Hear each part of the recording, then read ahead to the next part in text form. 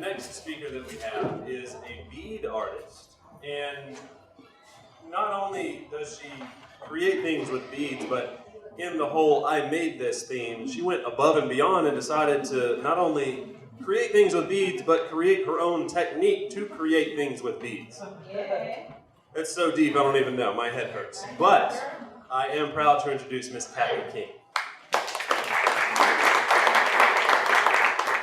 Hello, I'm Kathy, as I said, and I'm going to give a talk on where I get my inspirations for what I make, because that's one of the main questions I get when I do shows, is first, how long did it take me, and where I get my ideas. So this is my design inspirations for what I call my wearable beaded sculpture. And this is kind of an array of places I get inspiration. It's pretty much everywhere. A lot of websites, a lot of art I look at, and a lot of stuff I look at is not bead related, it's different mediums, because I think I get a lot more inspired by people who don't do beadwork but do other things. And a lot of books, and also play. I play with a lot of other mediums. So this is my first piece. I do a lot of pieces inspired by historical items.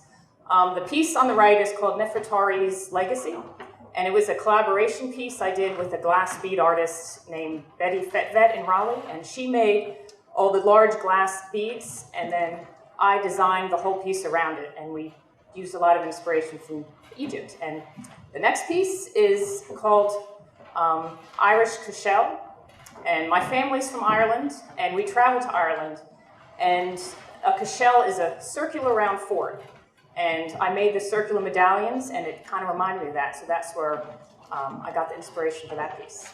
And my next one, I did a lot of cross-stitch before I did beadwork, and this is one of the cross-stitch designs, which sometimes is really hard to do in the same bead stitches, but I turned it into the necklace design you see there, which is just a Celtic border design. This one is my take on an Elizabethan collar, and it's called my champagne collar because of the color, but it's a very versatile piece. You can kind of wear it different ways, and it looks actually really nice as a veil cover. You can kind of wear it on your head. It looks kind of cool too. Another historical inspiration, this is a piece that's in the Met that when we visited I took a picture of, and I took my geometric shapes I like and combined it with what I saw in the Egyptian collar and made my coastal queen collar, is what I call it.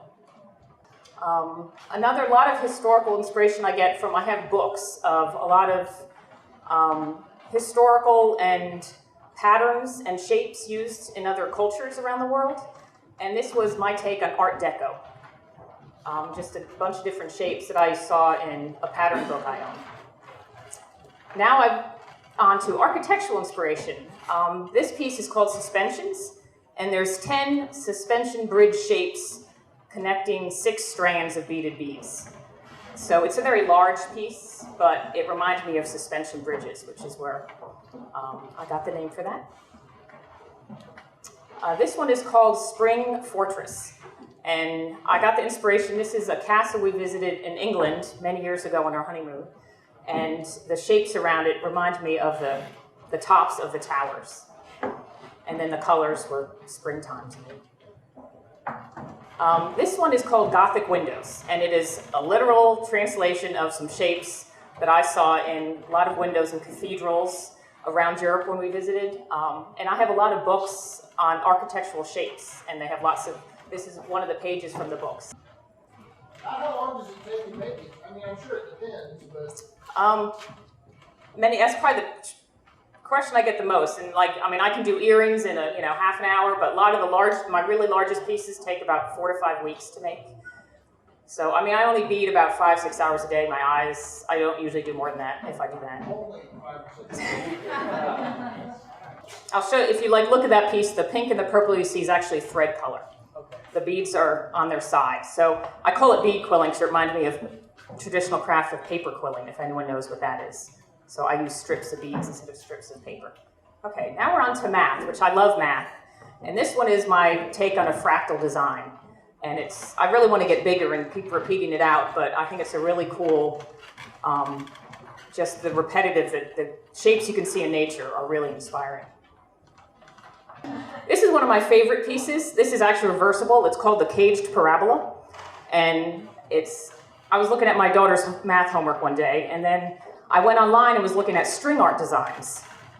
And so the parabola shape is actually like a string art design, but it has beads on the string. And it's reversible. There's a different color on the other side. And this is similar to the piece I'm wearing. I call it 8th order because each of the shapes is an 8-sided piece.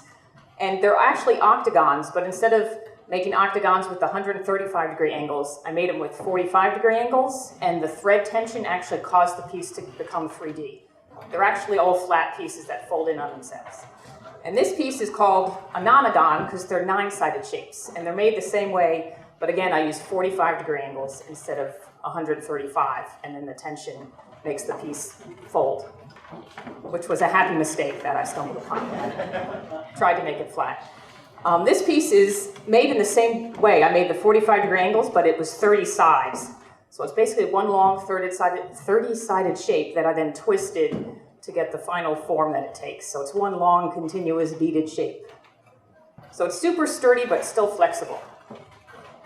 And now we go to nature, which I think is every artist is inspired by nature, and this is my take on a forest. It's bead embroidery and some bead quilling. So a lot of the colors I've got from the fabric I was embroidering on. And that's a pretty picture of Ireland somewhere. This one is called my coral reef, and I think most people see it and they know it's a coral reef before they look at the name. And I do it in multiple colors. The green one was the first one I made, and then the multiple colored one, which actually looks more like coral, was made as a special request for a customer. This one I call my summer star necklace, and it's incorporating stacks of 4-sided stars and then lots of beaded beads, and then I use the colors of the green, yellow, and blue from a pretty summer day in it. And I really love doing the 3D. That's kind of my new. This is my latest creation. This is called Intertwined. And there's 3 different necklaces that have completely different inspiration: a Ferris wheel, a crown, and then flowers. And you can wear them individually, or they stack together, and you can wear 2 or 3 of them together. So it's a very large piece, but when they pull apart, it's a very kind of everyday, more wearable piece. And that's kind of what I really love making. And that is my story.